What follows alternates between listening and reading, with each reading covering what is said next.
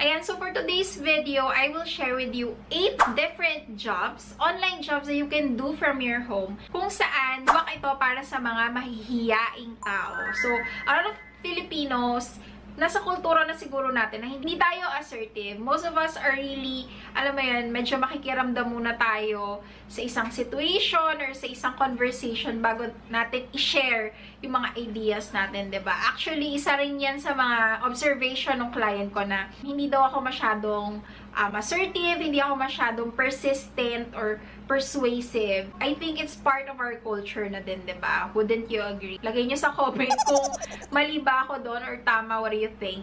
Hello everyone! My name is Mimi and welcome to my home-based story kung saan lagi tayo nag-share ng mga bagong videos regarding work from home. Kaya naman kung bago kayo sa ating channel, please consider subscribing. For today's video, I will share with you 8 different jobs that are perfect or swak para sa mga shy people. Ayan. Before we go to our topic, if you are still looking for an online career in the creatives like in graphic design or create powerful visuals like in social media marketing, you should check out Skillshare. Skillshare is an online learning community that offers membership with meaning. I have been with Skillshare for over a year now, and they are always my go-to when it comes to freelancing classes. I especially like this new workshop on catching a client's eye that can effectively help you in leveling up your online presence. Skillshare is also incredibly affordable compared to pricey in-person classes and workshops. Their annual subscription is only less than $10 per month. And the good news is, for a limited time, you can get a free trial of Skillshare Premium by just clicking on the link down below in the description box and pinned comment. So guys, with the new normal, I encourage you to explore new skills, deepen your passions, and explore your creativity with Skillshare's online classes. What you find may just surprise and inspire you.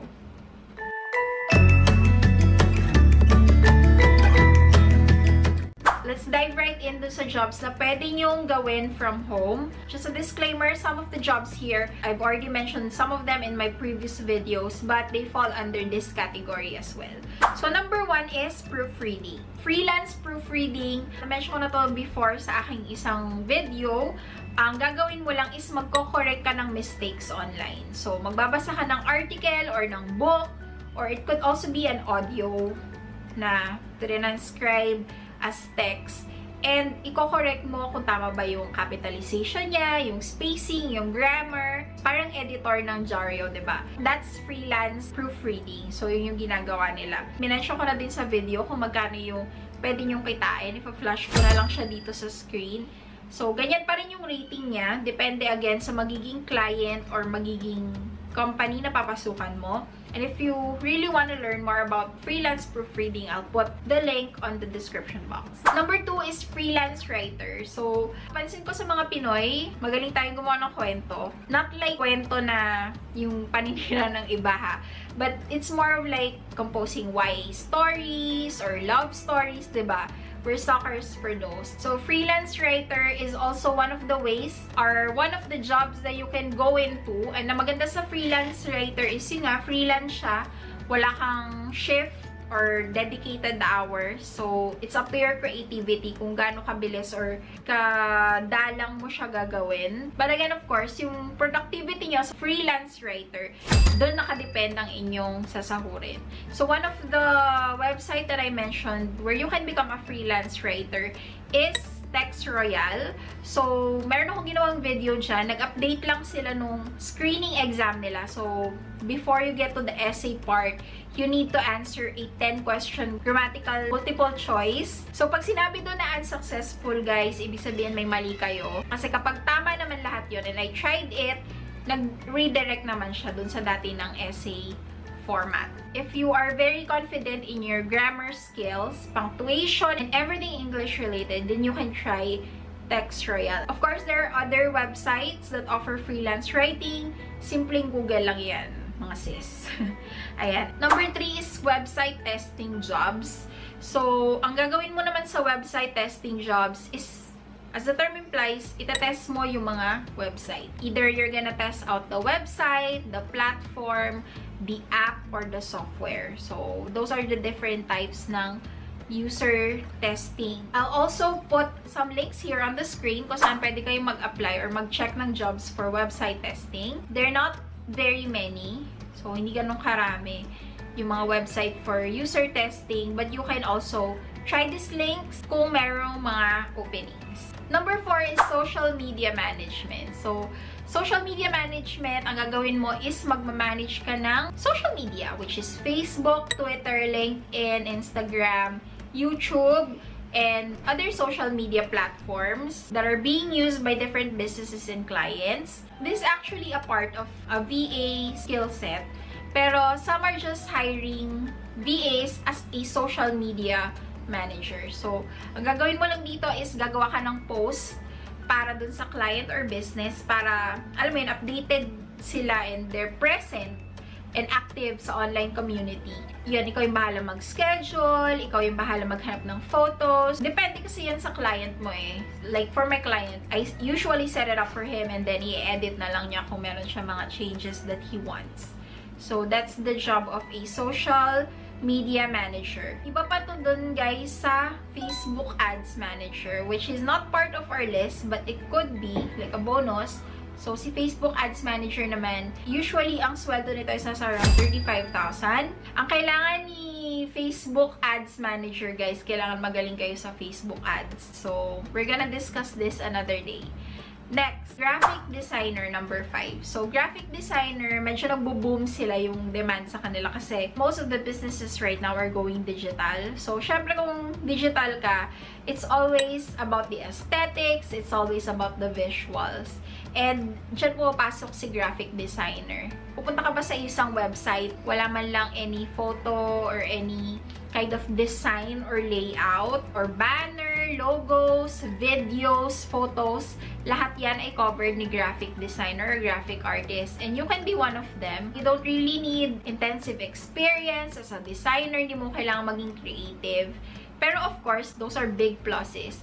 Pero yun nga, marami akong kakilala na wala silang degree in design or graphic arts, but they made it kasi they have a passion for designing.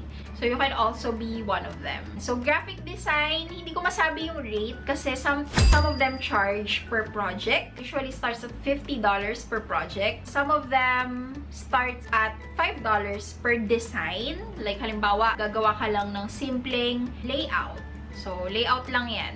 Pag logo, usually around $50 per logo. Depende sa complexity nung requirement ni client. So, typically, graphic designers, siguro lowest is 20,000 per month to around 50 to 100,000 per month. So, depende again kung gaano ka successful ka na graphic designer and kung gaano nakaganda yung portfolio mo. So, those number guys, don't take my word for it. Those are just, you know, calculated on top of my head. Pero, yun nga, yung starting per project and per task, yun. Number 6 is virtual assistant. So, since most of the businesses, again, are going digital, most clients are looking for someone virtual to manage their website, their emails. Siyempre, sa field pa rin sila. Kailangan nila ng virtual assistant. So, for general virtual assistant, para ka lang secretary din ni boss or ni client mo, and you can just stay at home and do yung mga admin tasks, which means managing their emails, managing their files, and their database. So, usually, yung job ni General VA. Moving on to number 7 is transcription. So, si transcription medyo gas-gas na to sa ating channel, no? Parang ang dami ko ng videos regarding transcription. So, ang ginagawa lang ni transcription or ni Captioner is kino-convert yung audio na naririnig nila or video na pinapanood nila into readable text. Like, for videos, yung mga captions sa ilalim ng video, dito usually. And then, for transcription naman, yung mga different kinds of calls and conversations, and sometimes video din, tinatranscribe into a Word file na readable format. So, that's the job of a transcription or captioner. And, ayun nga, na-detail ko na rin lahat ng websites na pwede nyo pag-applyan. Just to set your expectation, hindi ganun kataas yung sweldo ng mga transcriber or captioner. Lalo na kung entry level ka pa lang. Pero once na chinaga mo yan, you can be promoted. And usually, mga promoted na, like what we interviewed si Joanne, usually kumikita na sila ng around 11 to 15,000 per week.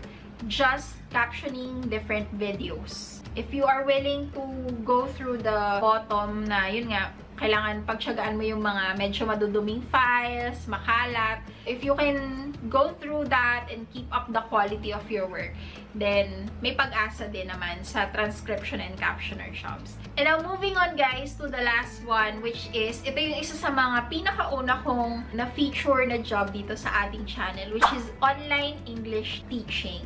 As the term implies, magtuturo ka online. So, usually, the students are Asian, like Japanese or Chinese or Koreans. So, mga bata to up to younger adults na tuturuan mo kung paano sila mag-English. So, English is very common for Filipinos, diba? Although not all of us are, you know, comfortably speaking in English, lahat naman tayo nakakaintindi ng English. And siguro hurdle lang na you go past the awkwardness of speaking it para makapagturo ka ng English online. So, ang kagandahan dito kay online English teaching is you can do this from home and nag-a-accept din sila ng students as long as you are already 18 and above. Itong mga jobs na minention ko guys, karamihan dito, you need to be a fully consenting adult, which is 18 years and above here in the Philippines. Kasi you are legally binded by a contract. So, ayan. And karamihan din sa mga jobs na na-mention ko, you will need a laptop or a desktop or a computer para mas madali yung work ninyo. Si online English teaching, pwede din siya for shy individuals kasi kontrolado mo naman yung environment ng pagtuturuan mo, diba? Hindi kayong makikipag-usap talaga directly sa client or person in person. You'll just be talking to them, say, over a webcam or over a video call on the phone. So, that's the way. And it only lasts for about 20 to 25 minutes per class. Of course, may mga cons yan na hindi ko na i-discuss dito sa video na to. But of course, for every job, there's pros and cons. If you are interested in some of these jobs, I suggest that you do intensive research pa rin. Kasi yung makakatulong sa inyo para i-prepare nyo yung sarili nyo sa kung ano mang papasukin ninyo, diba? So guys, sana nagustuhan nyo itong video natin today. And sana nakatulong to para dun sa mga naghahanap pa rin kung anong klaseng online job nga ba yung dapat nilang kunin. If you have any other comments or suggestions, just put it in the comment section below. Nagbabasa ko niyan. Oh, and guys, don't forget to subscribe to our second channel, The Budgetarian Tech Reviews, kung saan nagpo-post tayo ng mga videos regarding home equipment na swak sa ating budget. So, sana mag-subscribe din kayo dyan. And I'll see you guys again on our next video. Bye!